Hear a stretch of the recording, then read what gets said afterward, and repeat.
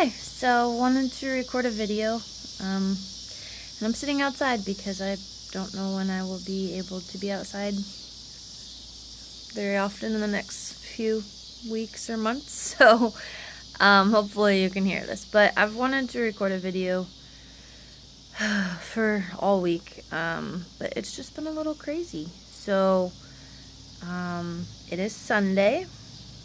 It's Sunday night, and we are having this baby on Wednesday. So there was a fly. Having baby, complete hysterectomy, all that on Wednesday. So this week has been kind of crazy. Just not even knowing what to think, not knowing what to feel, feeling everything, and just trying to come to grips with that. I think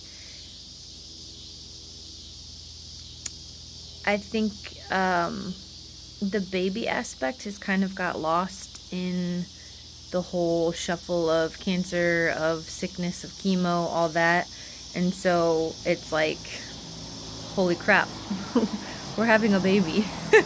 Like I was at, I'll get back to why I was there, but I was at the hospital yesterday, and there was a baby crying a lot, and it was like, oh my gosh, we're having a baby. Like, we are having a baby. And that kind of freaked me out. So yeah, it's all becoming very real. But let's go back to the beginning of the week. So Monday was a bad day.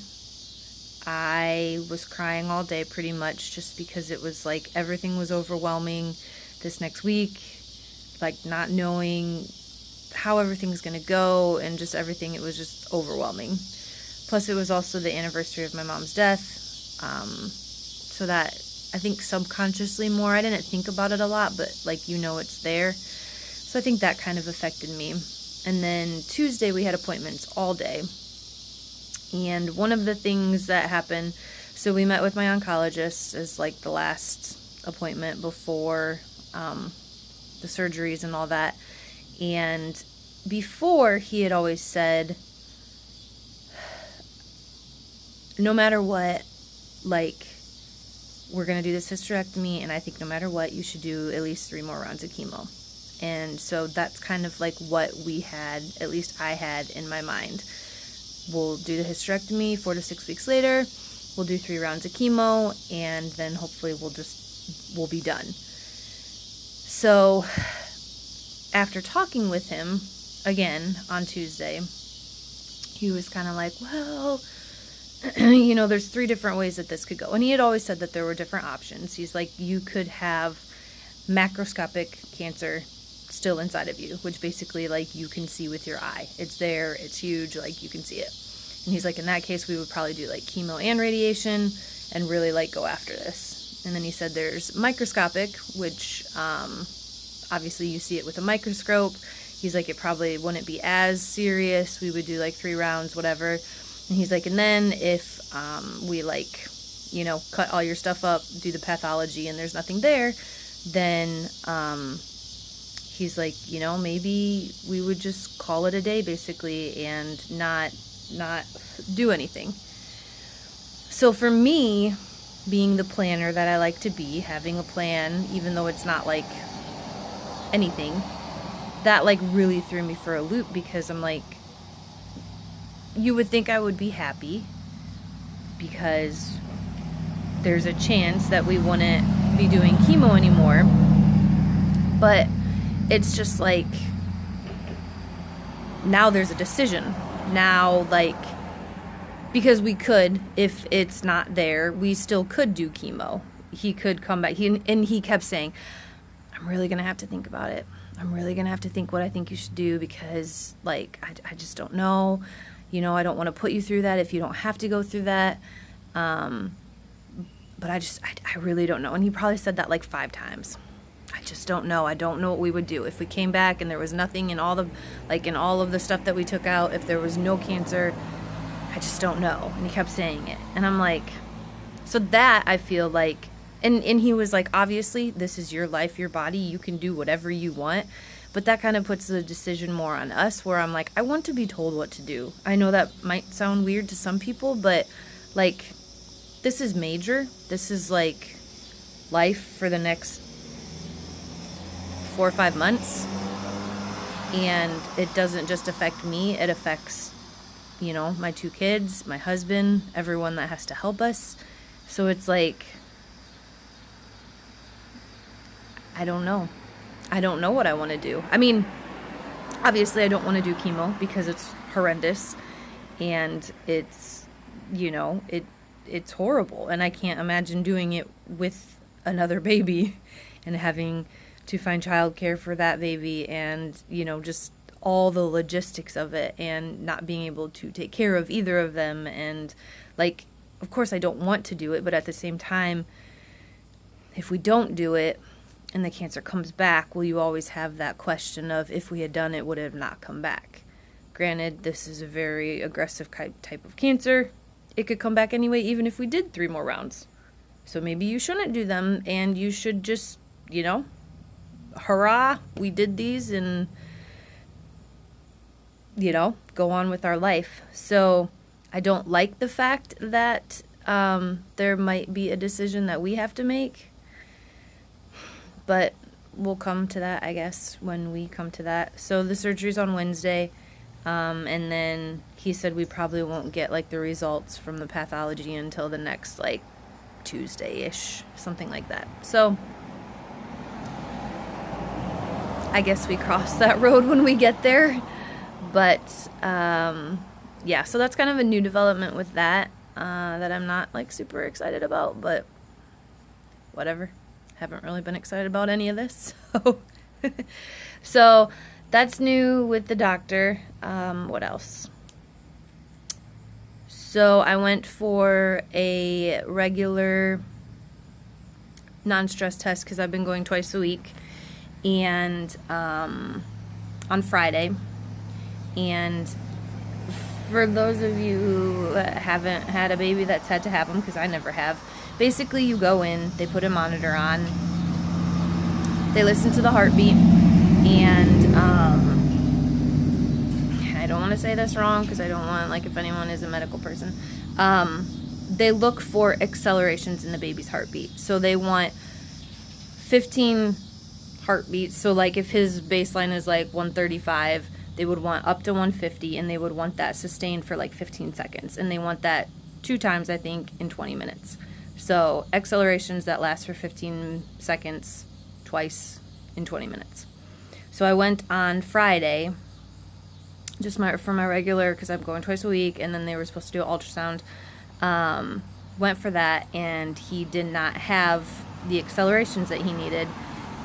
And then on top of that, he had like variables, which I think is just when his heartbeat drops, like below what it has been.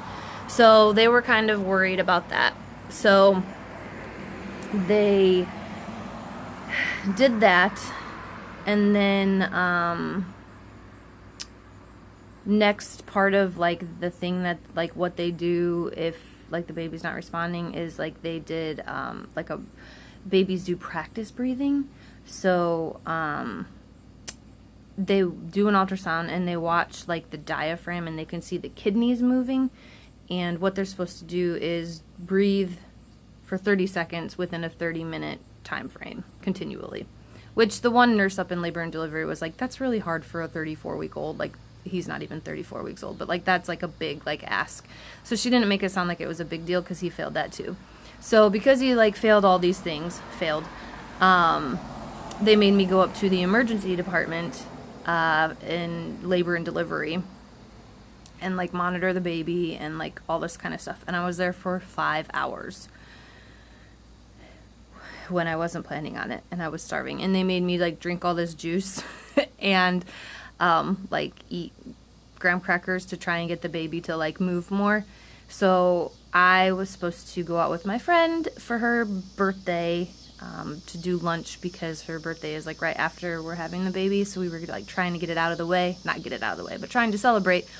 before we have this, and then I'm like 3 hours later than I thought I would be. But, and then, so after that, they made me come back the next day, on Saturday, yesterday, and I was there for 3 more hours in the labor and delivery getting monitored just to make sure that he is okay. So everything right now looks okay.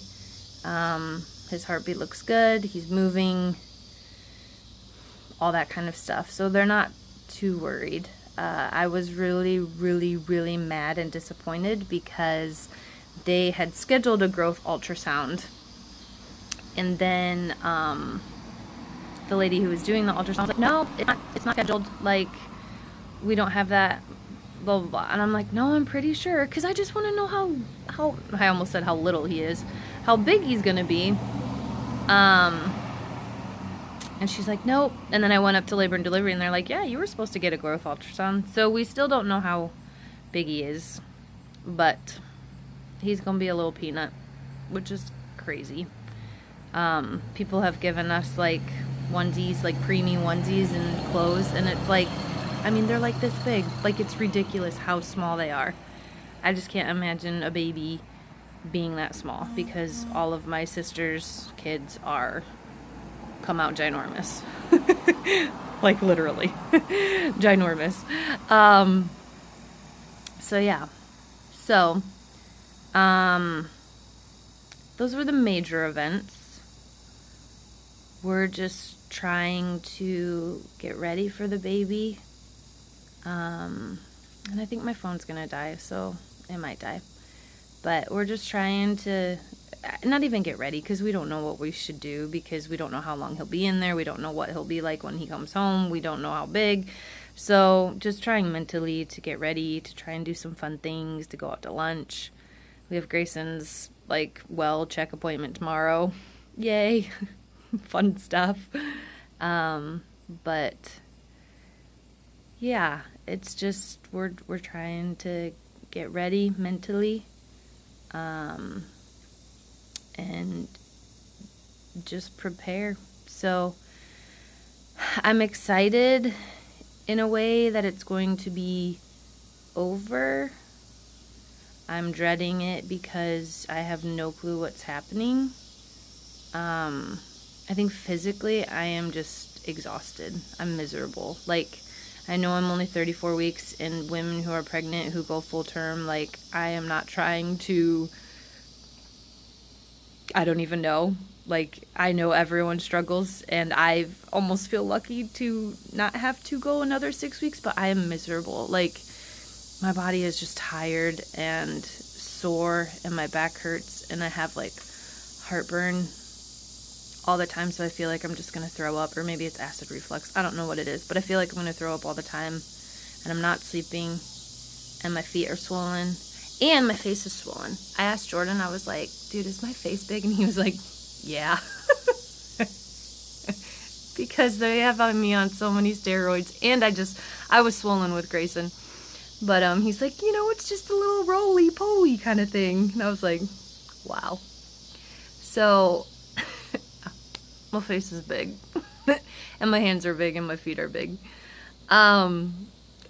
So in that sense, like, physically, I'm excited to be done with the pregnancy, with all that, because it's just I'm not feeling good. And probably, maybe, a lot of it is because it's chemo. Like, my body is just worn out and just can't handle the pregnancy. I don't know, but in that sense, I'm excited to be done on Wednesday.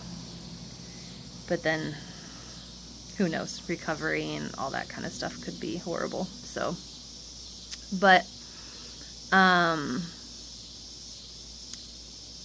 one thing I could say to help other people is that I know people are trying to be encouraging, but people who are going through cancer, chemo, like, it's not encouraging when you have had, like, 6 rounds of chemo and you still have 3 more, which is half. So you're, 2/3 done.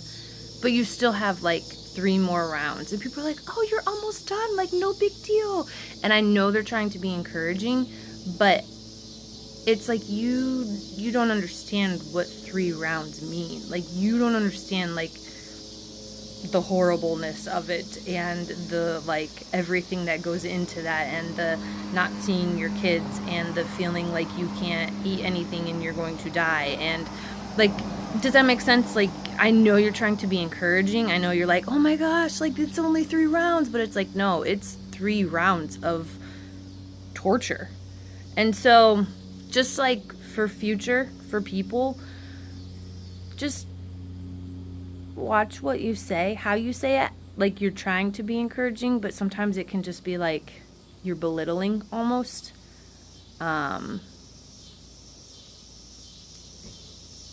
Just to help you out. Because I know I've done stuff like that. Like, oh, you're almost done. Or, oh, you know, like someone breaks their arm. Oh, you know, you only have a couple more months in a cast. But it's like, no, that's like a major thing. So just realize what you're saying, I guess I'm trying to say. And realize like what the person is going through and how it still is affecting them. Even if it seems like it's not that big of a deal. Oh, you're almost done. Like, no, it's still like this huge, my phone's gonna die. It's still this huge thing that they're going through that is really going to affect their life. So, you know, I got a lot of those comments today, and it was just like, yes, I'm almost done. This is great. Like, life is amazing. But really, no, like, if I do have 3 more rounds, life is going to really suck for the next, like, till the end of the year. And that's, like, kind of hard to take. So, my phone's about to die, so I'll just stop talking. But yeah, we're doing it. This is happening. We're having a baby on Wednesday, and I'll try and post some video or pictures of him or something whenever I can. And if I have any more thoughts before that, I will send it out to all of ya. So, love you guys. I love you for going on this journey with me, for all your support and your encouragement and everything. It's been amazing. So, we're getting there.